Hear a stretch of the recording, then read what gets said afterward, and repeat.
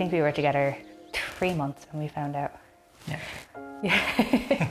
3 months together when we found out we were expecting, and it was the best news we ever got. Chelsea Brereton and Jamie Dunn live in Sallins in County Kildare. In late 2019, they discovered they were expecting their first baby. I was over the moon. Nervous at the same time because we were obviously quite young, but we were excited and looking forward to it. In April 2020, at the height of the COVID pandemic and at full term, Chelsea began having contractions and was advised by the Midland Regional Hospital Portlaoise to stay at home until she was in active labour. I remember I was going through my craft stuff and I was like, I haven't really felt him kick in a little while, you know, it's a bit strange. I'll ring the hospital, and they said, oh, okay, yeah, if it's reduced movements, maybe you should come up and we'll check you out if it's gonna, you know, ease your mind. On arrival at the hospital, Chelsea was scanned. She was scanning away and I was like, is everything okay? And she just looked at me, it's dead. I was like, what? No, it's, what? And I was just in a state of shock. I couldn't even cry. I couldn't even catch my breath. It was like an out-of-body experience. I was watching this happen in the eyes of someone else. And, you know, I had my hospital bag packed and I had to come home and think, what do I need? You know, do I need a nappy? Do I need bottles? Should I bring bibs? You know, what do you need for the child that's not going to cry? On the 16th of April 2020, Chelsea delivered a stillborn baby boy. She and Jamie named him Mason. It'll always be the best and worst moment of my life. You know, he made me a mum. He was my first baby. But, you know, you're in labour and you know he's just come out and you're just hoping that it was a mistake. You're hoping, you know, just cry, please, just cry. But he didn't. He was lovely. We slept with him during the night. He was in a cold cotton. He'd wake up and he'd think, did I hear him? But it's just your mind playing tricks because you wanted it so much. It just sort of broke my heart. I don't think it'll ever be fully back. The following day, Chelsea and Jamie were told as baby Mason's death was unexpected, he would have to be sent for a coroner's post-mortem, and they were given a consent form. There was handwritten notes all over that consent form. Everything was clicked as, I do not consent, I do not consent, I do not consent. So we thought, okay, we only have to bury him once. If we can make it through these next couple of months, you know, we can start our grieving process and, you know, we can start to slowly move on from this and learn to live with it. But Chelsea had actually been provided with a consent form for a hospital post-mortem, a procedure for which there are very different guidelines. In the case of a hospital post-mortem, consent is required from the family, including for the retention of any organs. In a coroner's post-mortem, the next of kin should be informed such consent is not required, but they are to be told of any organ retention and how long organs will be held for.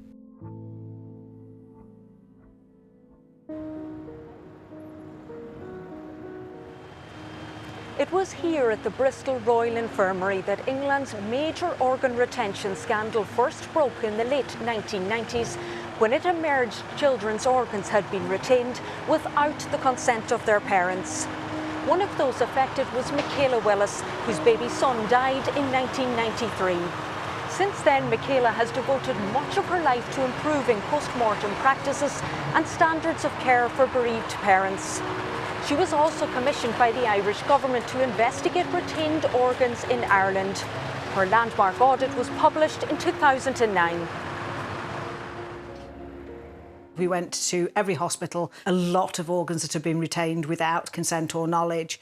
And there was very patchy practice. When I went to the Rotunda, the amount of work that needed to be done at that hospital was way more than I could do as part of the audit.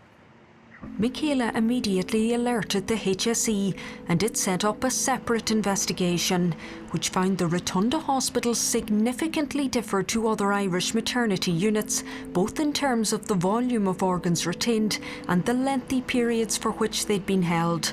Most families were unaware. The majority of issues highlighted by the HSE in 2009 were linked to postmortems conducted by one pathologist, referenced in the report as Consultant A. He later identified himself as Dr John Gillan when he wrote to colleagues stating the issues identified were deeply regrettable, but for prolonged periods he had to work alone. John Gillan, consultant pathologist at the Rotunda, said it was necessary to hold onto organs for longer than some families consented to enable a thorough examination of the cause of death.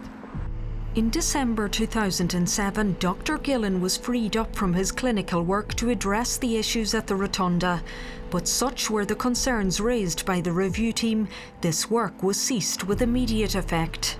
The day that I spoke to the HSE, I was very clear that everybody was held accountable for their actions. Chelsea and Jamie were supportive of a post-mortem so they could find out why baby Mason had died, but they were totally opposed to any organ retention. That was because in 1995, Jamie's mother had been affected by Ireland's previous organ retention scandal with her baby daughter, Niamh. When my parents had a stillborn, and it was 4 years later, they got a phone call that they had to go and collect what would have been my sister's organs. And so they had to go back down, collect them, open up a grave and rebury the organs with the child, which is hard for anybody to do. And I know my mum had a tough time over it. She went through a lot. So we didn't want that happening to us. So we made it very clear that we didn't want anything retained. In the early 2000s, UK post-mortem practices were overhauled following their own organ retention crisis, and strict rules were introduced when communicating with bereaved families. We will do the post-mortem examination. The parents will always be informed of what tissue samples we have kept. If there is an organ retained, that is usually the brain, and only usually for a few days. And then they know that everything has gone back. Professor Marta Cohen performs postmortems on babies at Sheffield Children's Hospital. She was recruited in response to a shortage of pathologists. At the same time, the UK also introduced human tissue legislation in 2004.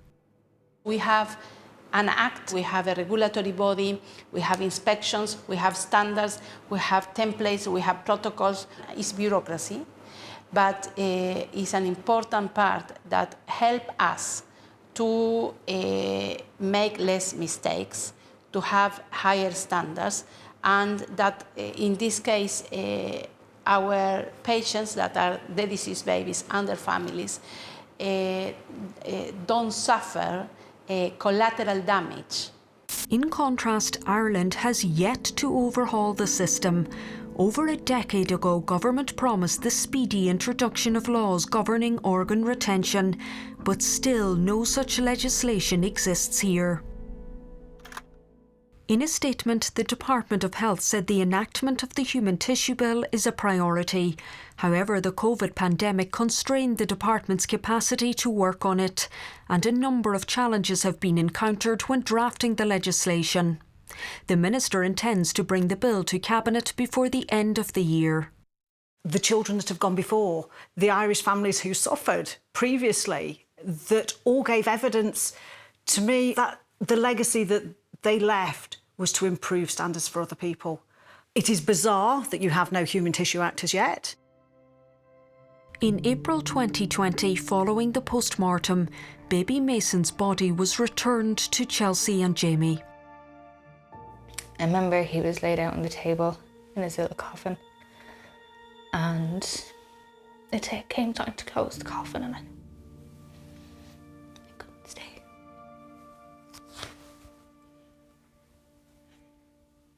I didn't want to say goodbye.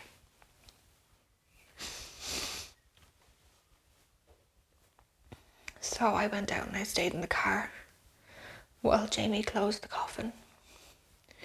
Then he came out and he joined me, and my 2 brothers carried him out, his 2 uncles.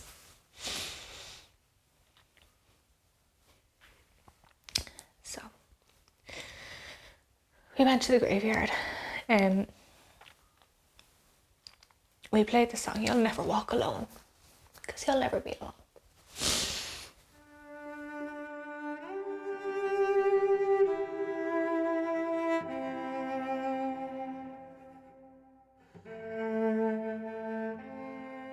After the funeral, Chelsea and Jamie waited for the post-mortem results, making countless calls looking for an update.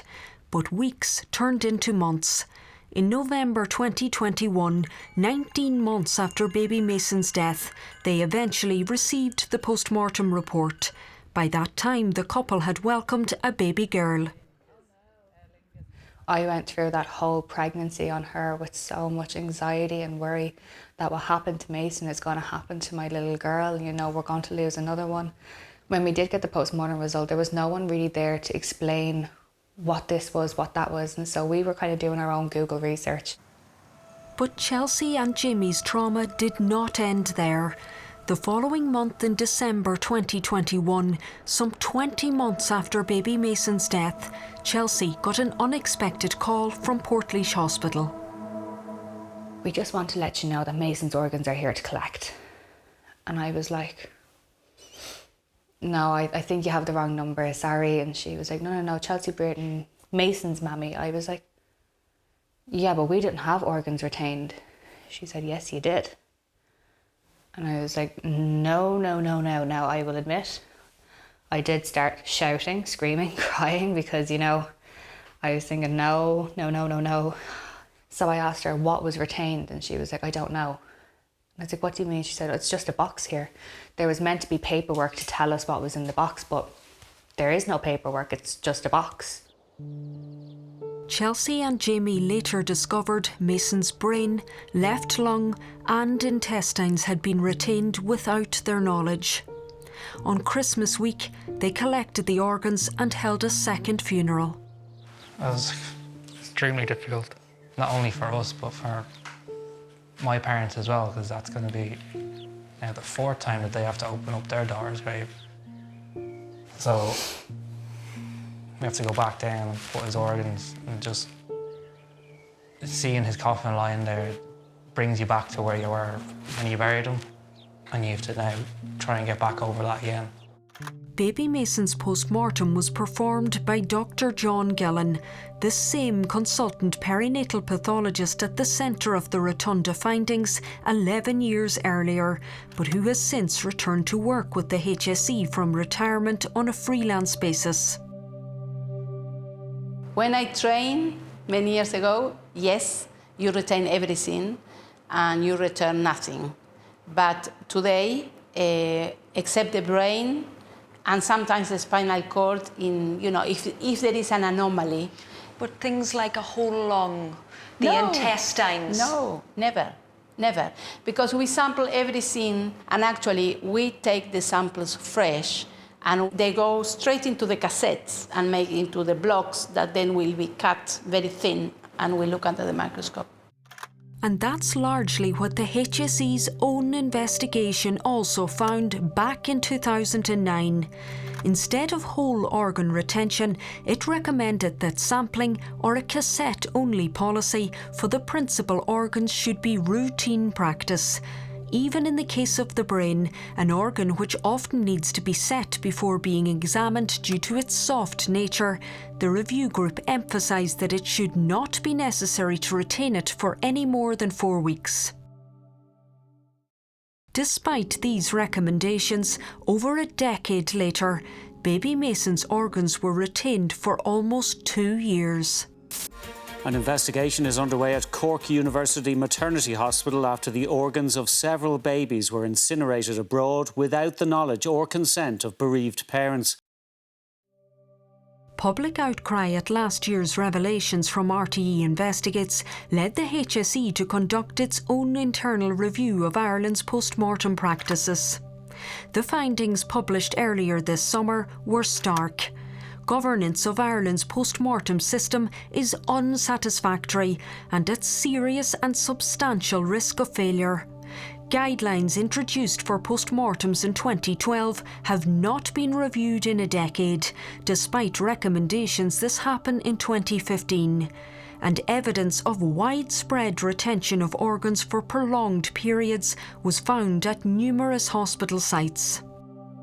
13 years on, we seem to be back to where we started. You need human tissue legislation, you need an external audit, and all the people who possibly and potentially have no idea that the organs of their children have been retained, they need to be contacted. The majority of the issues identified in the HSE audit related to postmortems performed by one pathologist, again identified as Consultant A. The doctor is a retired perinatal pathologist working on an ad hoc basis for the HSE, which is, the report states, overly reliant on his services. It identifies as high risk the shortage of perinatal pathologists and recommends Consultant A's work be reviewed to determine if it is fit for purpose. RTE investigates can reveal the Consultant A repeatedly referenced in this June 2022 report from the HSE is Dr John Gillan, the same pathologist who was working in the Rotunda hospital when Michaela Willis expressed serious concerns at practices there in the mid-2000s. So just how, despite his history, was Dr Gillan brought back to work as a pathologist for the HSE? In a statement, the HSE said while it has no contractual relationship with Dr Gillan, he continues to be employed by HSE and non-HSE hospitals to conduct individual postmortems. It added without the services of the very small number of qualified and experienced people who do this work, some essential postmortems would not take place. It raises many questions for me insofar as what was the time lapse for somebody coming back to work? Did they retrain? Is this individual audited on a regular basis? Whose governance do they sit under? RTE Investigates put these points to the HSE, but it did not answer those questions. This is an area where this individual was slated for the practice in the past. I can't begin to imagine how families who were affected previously feel right now. The book stops with the HSE. It has to stop with the HSE. The HSE were the people who commissioned me to write a report. It now appears that it was possibly lip-serviced and it's now been put on a shelf. The Little Lifetime Foundation was set up to support parents who have lost a baby around the time of birth. Kim Lally started volunteering with the charity following the death at just 8 days old of her baby boy Killian after a breech birth at Our Lady of Lourdes Hospital in Drogheda in May 2013. We consented to allow them to take him off ventilation, and he lived for 2 hours, and it was kind of the one time we actually got to just hold him. It was such a horrible emotional time because I wanted him to let go for him and I wanted him to stay for us. But, you know, he wasn't able to hang on. Before we left the hospital, we were told there would be a post-mortem. But the day before baby Killian's funeral, Kim got unexpected news. My friend organised Killian's funeral for us. She had spoken to the undertaker that day and he had told her that Killian's brain was being retained following the post-mortem. And I just remember the absolute shock. It never entered my head that we wouldn't be getting Killian back, all of Killian. We then got a phone call later on that night from a member of staff in the hospital to tell us the same thing. 2 months later, Kim Lally and her husband held an organ burial. It was just awful. And I remember going to Killian's grave the night before and just explaining to him that he would be back, all of them would be back the following day. And that he wasn't to be worried. And, you know, and it sounds crazy, but like, it's just such a huge amount to take in. It's just your gorgeous little baby that you just think you're going to bring home and spend the rest of your life with. And suddenly you're kind of thinking about putting parts of him back into his grave. Look, if it was necessary, it's necessary, but it's just an horrific thing to have to go through. Kim Lally waited 5 months for the post-mortem report. The coroner's post-mortem was completed by Dr John Gillan. The report didn't mention any organ retention. It's the right of the family to know what happened with the body and the remaining of, their beloved child. In this case, it should be kept informed. Is good practice, is good standard of care, and is showing compassion. Hi everybody, you're very welcome here today. I'm very sorry that you find yourselves here. Traumatised by her own experience, Kim helped form a new support group called Concerns with Care. People would mention, something about how long they waited for the post-mortem, and I would know before they told me who carried out their post-mortem. Quite often they would say that their baby's organs had been retained. Sometimes they would know, sometimes they wouldn't know until much later on. When they would get a call to say that they were available to be collected. It's like a horror story. One couple who contacted Kim with concerns was Maria and Francis Dolan from County Monaghan. On the 24th of May 2016, Maria delivered their second child, a baby boy, Aegon, at Cavan General Hospital. I was just so relieved he was born, and I was just so delighted with him and so happy. And yeah, that first night was lovely with him. Yeah, I remember changing his nappy and all of those things. But at just 2 days old, baby Aegon became critically unwell. They called me to come in to say goodbye to him. And at that point, I just couldn't believe that he wasn't going to live. I picked him up and I cuddled him on my shoulder. And I suppose he took his last breath on my shoulder.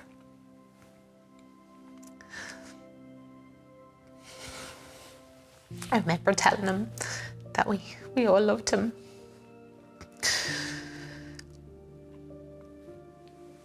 I just picked him up every so often and was just cuddling him.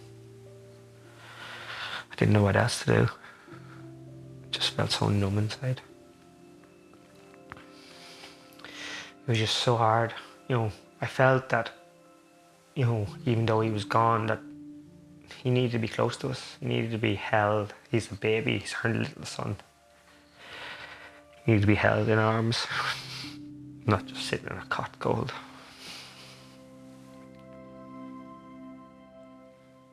So he had a condition, and basically it just means that he couldn't metabolize the fats in his body. He needed food, so he needed sugar. Had he have got through that, he would have lived a very normal life. Later that day, medical staff explained to the Dolans, because the circumstances of baby Aegon's death were unusual, a coroner's post-mortem would have to take place. They said sometimes when they do post-mortem, organs may have to be retained, but if they had to be retained, that we would be told. And that was really as much of a conversation that it was. A few weeks after Aegon's death, Maria got a call from the hospital.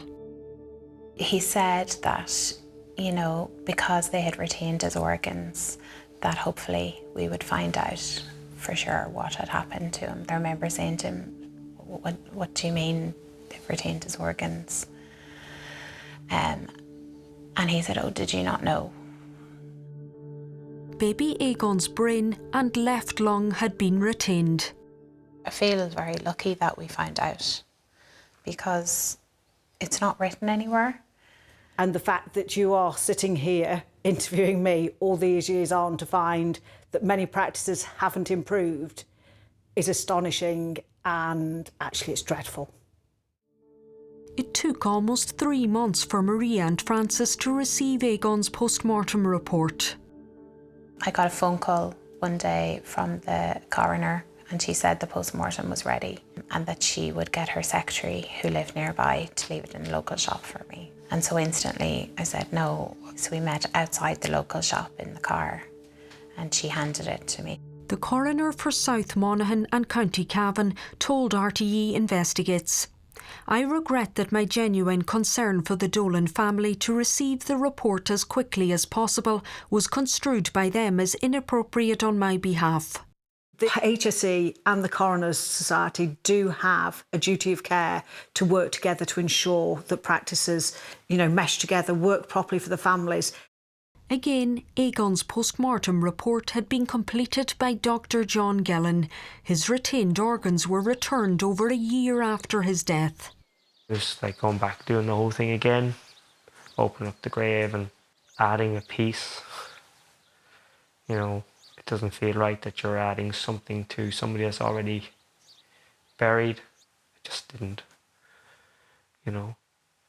felt unreal that why are we adding more body parts, In the summer of 2016, not far away in Drumavady in County Cavan, Paula and Johnny Doyle were also expecting a baby boy. To find out you're having a son it's wonderful. Well, it was. At 37 weeks, Paula began having contractions and went to Cavan General Hospital. As clear as day, I could see Tadhg on the screen, but the heartbeat was just the blob, there wasn't a flash. And I knew. He goes, "No movement, baby's gone." And I remember looking at him going, "What do you mean gone? What do you mean he's gone? He can't be gone." And they were like, "Sorry, there's no heartbeat, your baby's dead." There was a knock on the door then, and I said, "That's my husband." And he walked in, and I remember sitting up on the bed saying, "He's dead." And then I just started roaring, crying, screaming.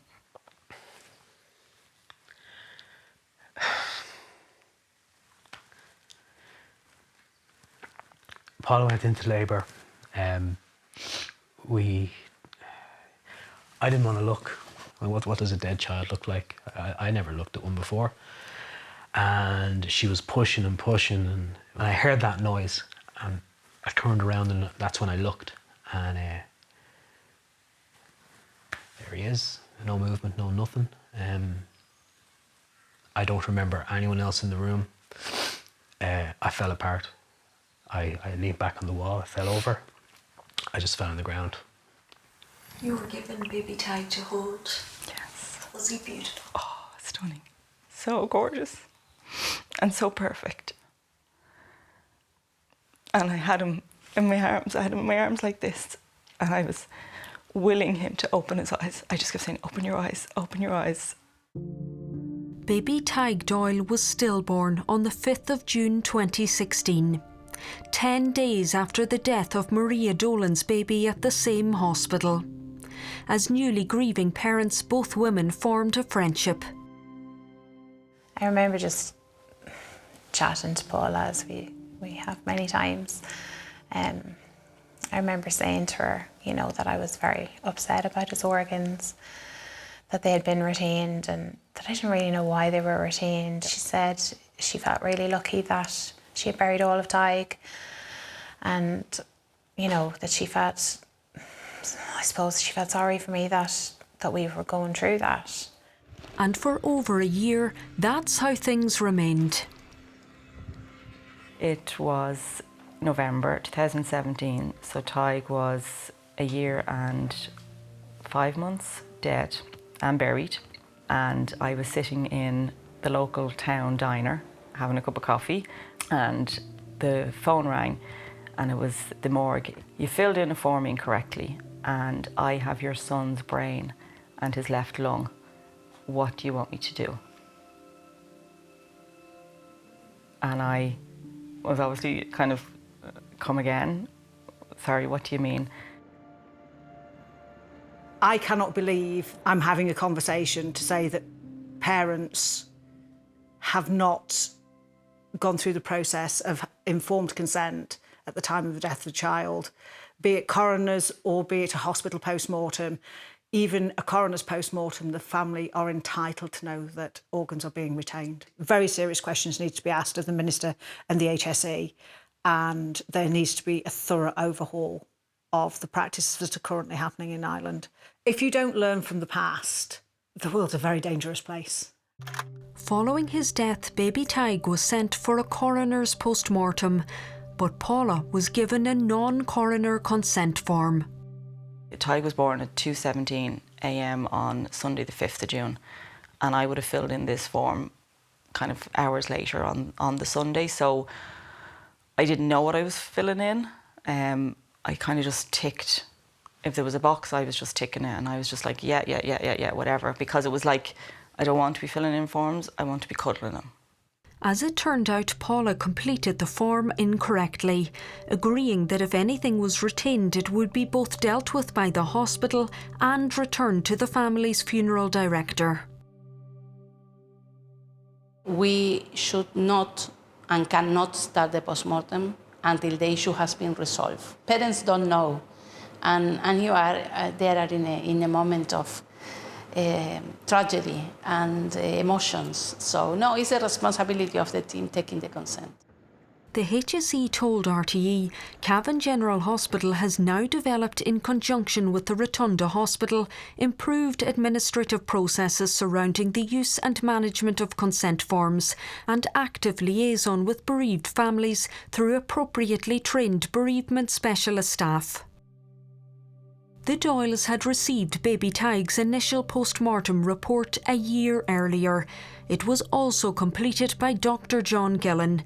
There was no mention of organ retention. I was going up to the grave very regularly, and then I couldn't go up because, again, as silly as it sounds, you know, when Tadhg died, he needed a name to get into heaven. And now I was going, you can live with a lung, but you can't live with no brain. So I just had visions of this little boy that's just randomly walking into stuff up there because he has no brain and he can't function. And, you know, I've buried you and you're not whole, you're not complete, you're missing vital parts of you.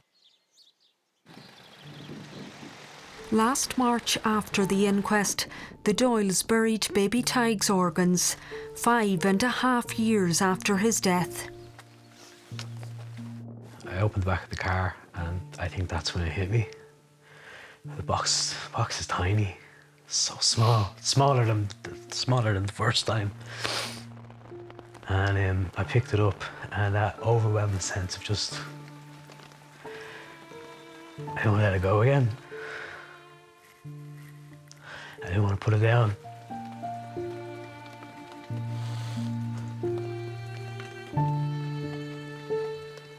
It's the cruelest thing you can do. It's hard enough losing your son without keeping bits of him and not telling you. And it makes me angry. That's all I ever feel. All I ever feel is anger. 2 decades on from a scandal that rocked trust in Ireland's health system, bereaved parents are still discovering they've been kept in the dark about organ retention. We had 2 burials. We buried Cillian and then we buried his brain separately. But we don't know that we have buried everything. Only very recently, when I went back through his post-mortem, I realised, looking at it, that it looks like his spinal cord was also kept. Here we are, 9 years later, still wondering, still looking for answers, and still seeing this happen to other people. There isn't really a world where that should happen. There has to be a paper trail for every organ removed at the time of post-mortem. And somebody needs to be answering the questions why there is no information.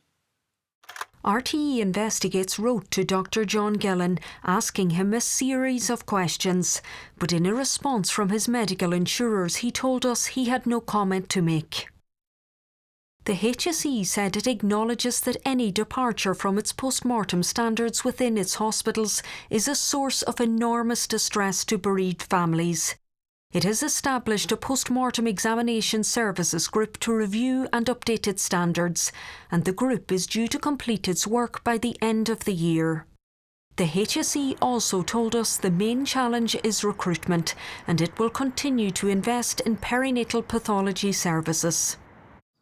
Already struggling to come to terms with the loss of their babies, for affected families, the revelations have compounded their grief. That every year we'll celebrate his birthday. Like this year we bought bubbles and we kind of blew kisses to heaven.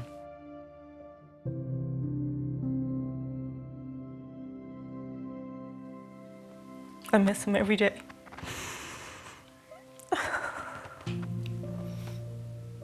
But I do hope we've done him proud.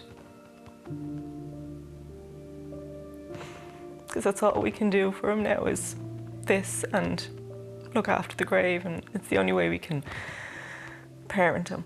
I'll eat that one. You don't have to worry. You just see that there's something missing when you have all the kids together. There's just a big lump missing. You just kind of go, that's where he should be. We're so exhausted of fighting. We just have no more fight left in us. It just feels like somebody needs to listen and make changes.